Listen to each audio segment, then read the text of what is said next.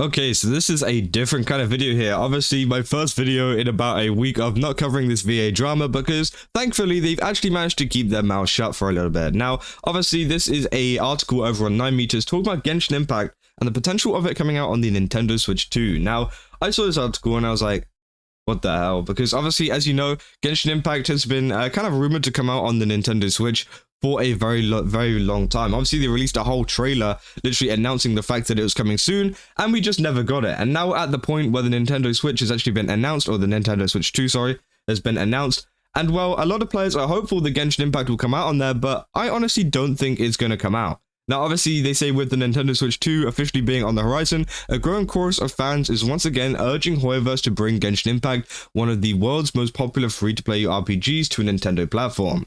The timing feels right, with the new console rumored to deliver a significant boost in power and capability. The long-requested Switch version of Genshin Impact may finally have a realistic shot.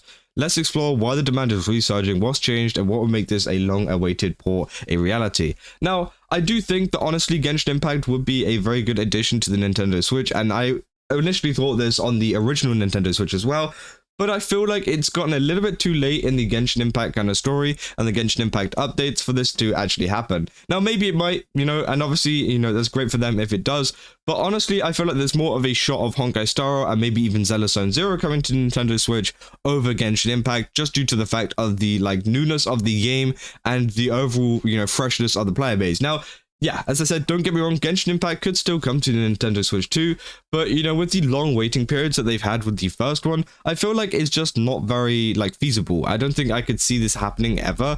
Now, there's some other games I do want to come to Nintendo Switch, which I've, talked about on my other channel, which is, Wuthering Waves. I felt like Wuthering Waves could be a massive addition to the Nintendo Switch 2. Obviously, the graphics are much higher than that of Hoyoverse games, so it might be a little bit harder to run, but I feel like with a lot of the stuff going on with Nintendo Switch 2 and the, graphic capabilities, honestly, it could be something that, could be a reality. Now, they say, when Genshin Impact was first announced in January 2020, Hoyoverse included the Nintendo Switch among its planned platforms. Nearly 5 years later, Genshin Impact is thriving across PC, PlayStation 4 and 5, and iOS and Android, and now Xbox X and S as of late of 2024. But Nintendo players are still waiting. While a 2022 developer statement reassured fans that the Switch version was still in development, there's been radio silence ever since. Many fans began to assume the project had been quietly shelved due to the original Switch aging hardware, which again, could be very, very true. The Switch's hardware wasn't great, and it wasn't great for running these kind of games, and maybe they come across some kind of bumps in the road, which kind of prevented them from that, and that's also probably why it took them so long as well. It might not just be because they've shelved it just because, it's the hardware was old. Maybe they were actually trying to find fixes and ways to get around this so they could actually release it. But it seems like it's still ongoing to the point where there's a whole new console and they have to try it again.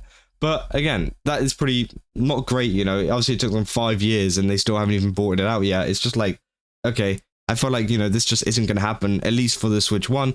And, I'm very hopeful with the Switch 2 and its, better hardware that it could actually run some of these games because, again, I feel like Nintendo Switch could be a pretty good platform to actually introduce some of these gacha games over to. As I said, there's other ones too, like Honkai Star Rail, Zealous Zone Zero, Wuthering Waves, other ones like that, which could actually entice people. Obviously, Wuthering Waves as well have been reaching out to different platforms like Steam and, even more like PlayStation recently as well, which has been really great. So hopefully Nintendo Switch does become one of them. And they say the Nintendo Switch 2 is set to release on June 5th, 2025. If the most credible leaks hold true, is expected to deliver a dramatic hardware leap with DLSS upscaling and support, ray tracing capabilities, which is kind of crazy, faster loading times with upgraded storage, and more modern SoC, likely based on Nvidia's Ampere or Lovelace architecture, and larger memory pools, potentially up to 12 gigabytes of unified RAM.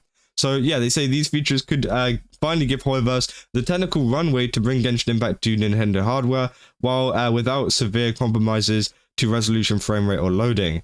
And obviously, yeah, the fan demand is surging again. They say with the Switch 2 specs in the spotlight and excitement building around its confirmed titles like Mario Kart World, players' demand for a Genshin Impact port is trending across social media, Reddit, and gaming forums. There's a sense of a Nintendo next-gen console might be just the right platform. Now, yeah, they say some fans are even speculating Genshin Impact could be a launch window title for the Nintendo Switch 2, which, you know, has people wishfully thinking. They like add a little short here from someone, and they say why it still might not happen, even with the hardware hurdles cleared, several challenges still remain. Resource allocation, you know, obviously it needs to be optimized for the game. Live service demands, with Genshin Impact receiving nearly monthly updates, maintaining another platform would increase QA and version sync overhead, which I don't think that's an issue. That's a kind of stupid point. Like, coming from a Hoyoverse kind of standpoint, it's just like, oh, they're going to struggle to run it on another platform. Oh no, the billion-dollar company is going to struggle to run it on another platform. Are we joking? They've literally released like 2 other games. Come on. They say marketing momentum. After years of silence, Hoyoverse may believe the window to capitalize on the Switch's port hype has passed, which again, I feel like it would have. They say, would it be worth it from a business standpoint? The Switch user base, especially in the incoming Switch 2 upgrade, is massive. Genshin Impact has already demonstrated strong engagement across mobile and console ecosystems. So again, they're just saying that there's been no official word and that it would be worth it, you know, in terms of adding it to it. But honestly, I just don't think it's going to happen. And, you know, as they say, you know, the hype for Genshin Impact has kind of passed, coming out on the Switch and becoming a Switch port. But what hasn't passed is the fact that the Xenoblade Zero and Honkai Star are both, you know, new-ish games, obviously Xenoblade Zero being the newer one, which could actually bring a little bit more attention to it. And I feel like that could actually run a little bit better over on the Switch. I feel like Xenoblade Zero has the best shot at being this game that they wanted to come out on the Switch.